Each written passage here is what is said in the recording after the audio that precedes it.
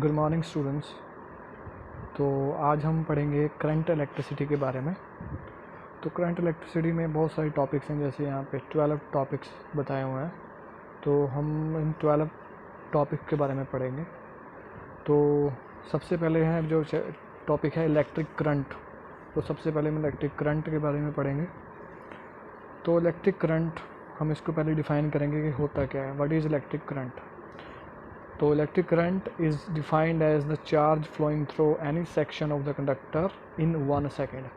मतलब कि कोई कंडक्टर है, उसमें 1 सेकेंड के लिए कितना चार्ज फ्लो कर रहा है, चाहे उसका कोई भी पार्ट में जहाँ मर्जी चेक कर लो। जब पूरे कंडक्टर में चेक करने का मतलब है कि हम किसी पार्ट पे चेक कर सकते हैं या पूरे कंडक्टर में चेक कर सकते हैं।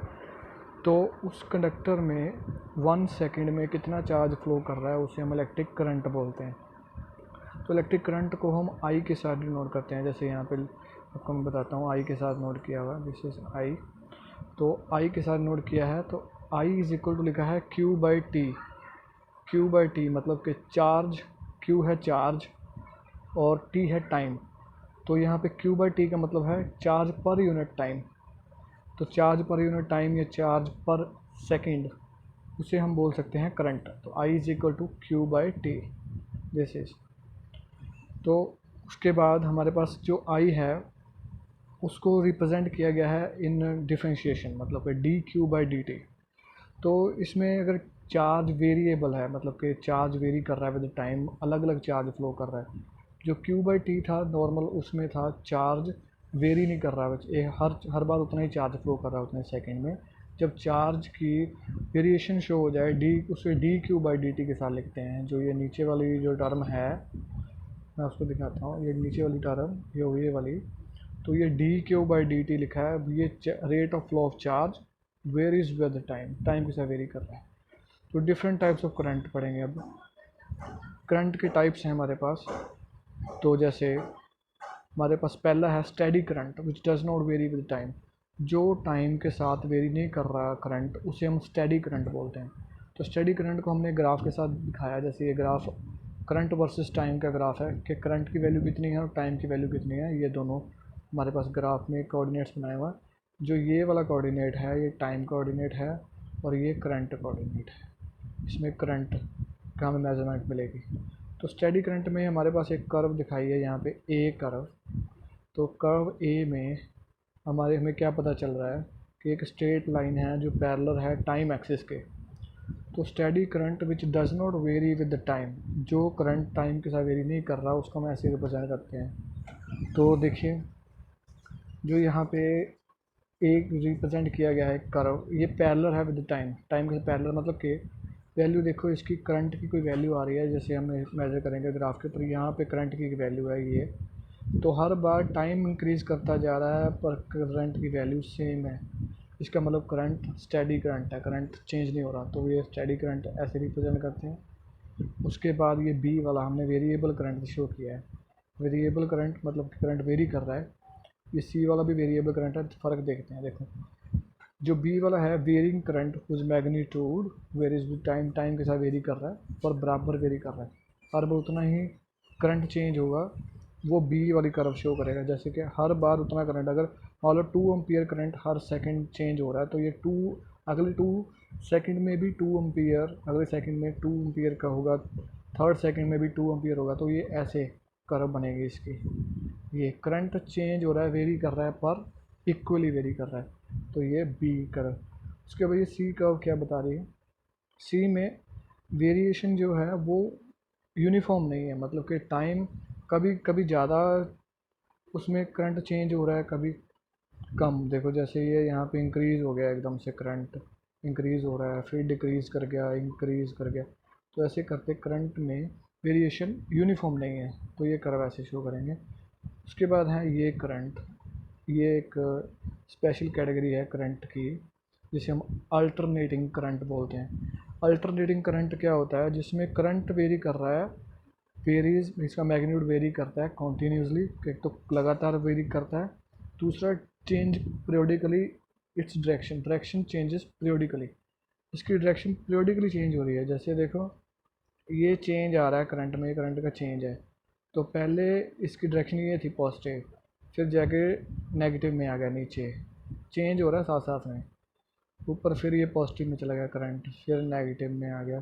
तो मतलब करंट एक तो चेंज भी लगातार हो रहा है, दूसरा अपनी डायरेक्शन चेंज कर रहा है। इसको हम पॉजिटिव डायरेक्शन बोलते हैं। ऊपर को, ऊपर पॉजिटिव मतलब कि इसके पोल्स की एक वैल्यू होएगी, पॉजिटिव नेगेटिव का एक टर्मिनल होंगे जो इधर जाके ऑपोजिट हो गए, चेंज हो गए टर्मिनल्स। तो ये नेगेटिव में चला गया, फिर पॉजिटिव नेगेटिव। तो मतलब कि ये करंट अल्टरनेटिंग करंट है, पीरियोडिकली चेंज हो रहा है, डायरेक्शन चेंज कर रहे हैं। तो नेक्स्ट है कन्वेंशनल करंट। तो कन्वेंशनल करंट आपने बहुत बार सुना होगा, तो इसको हम अच्छे से पढ़ते हैं। What is conventional current? Conventional current को हम रिप्रेजेंट कर रहे हैं, देखो यहाँ पे पॉजिटिव और नेगेटिव दो इलेक्ट्रोड बोल रहे हो, ठीक है, कुछ भी हम इसको बोल सकते हैं कि दो कंडक्टर है, मतलब दो पोटेंशियल हमें दिए हैं, पॉजिटिव एंड नेगेटिव टर्मिनल्स हैं। उस टर्मिनल में पॉजिटिव से नेगेटिव करंट चल रहा है। देखो पॉजिटिव से नेगेटिव की तरफ पॉजिटिव चार्ज मूव कर रहा है इसके अंदर, ध्यान से देखेंगे, दोबारा देखो, दोबारा दिखाता हूँ। ये पॉजिटिव है, पॉजिटिव से नेगेटिव की तरफ पॉजिटिव जा रहे हैं। तो पॉजिटिव जो चार्ज मूव कर रहा है पॉजिटिव से नेगेटिव, इस करंट को हम आई के साथ नोट करते हैं और इसे हम कन्वेंशनल करंट बोलते हैं। जिसमें करंट पॉजिटिव चार्ज पॉजिटिव से नेगेटिव की तरफ मूव करता है, उसे हम कन्वेंशनल करंट बोलते हैं। Convection current is a current whose direction is along the direction of the motion of the positive charge under the action of the electric field. Electric field apply की, positive negative electric field है और positive charge move कर रहा है, positive की तरफ हम current को लेते हैं, जिस तरफ पॉजिटिव जाएगा उस तरफ करंट की डायरेक्शन। तो ये देखो, ये करंट की डायरेक्शन हमने दिखाई है कि पॉजिटिव की तरफ ही है, जिस तरफ पॉजिटिव जा रहा है उस तरफ करंट है। उसके बाद अब जाते हैं नेक्स्ट करंट की तरफ। कन्वेंशनल करंट था ये। अब ये वाला करंट, इसको इलेक्ट्रॉनिक करंट भी बोल सकते हैं। ये करंट इसका कन्वेंशन करंट का ऑपोजिट बोलते हैं। और ये देखो जैसे इसमें क्या हो रहा है, मैं आपको दिखाता हूँ दोबारा से। इसमें अगर आप ध्यान से देखोगे तो नेगेटिव जो इलेक्ट्रॉन्स हैं वो पॉजिटिव की तरफ जा रहे हैं, नेगेटिव इलेक्ट्रॉन्स पॉजिटिव की तरफ जा रहे हैं। तो कन्वेंशनल करंट तो वही है, पॉजिटिव से नेगेटिव, और ग्रीन के साथ दिखाया हमने ये वाला, ये कन्वेंशनल करंट की डायरेक्शन ही है। तो ये हमेशा इलेक्ट्रॉन के ऑपोजिट होती है। ये इलेक्ट्रॉन इस तरफ जा रहे हैं और इसकी डायरेक्शन उसके ऑपोजिट है, पॉजिटिव टू नेगेटिव। तो इसे बोलते हैं हम कन्वेंशनल करंट। तो ये इलेक्ट्रॉनिक, अगर आप इसको इसके साथ रिप्रेजेंट करोगे, जिस तरफ इलेक्ट्रॉन जा रहे हैं उसी तरफ हम डायरेक्शन बताना चाहते हैं करंट की, तो उसे हम इलेक्ट्रॉनिक करंट बोलेंगे।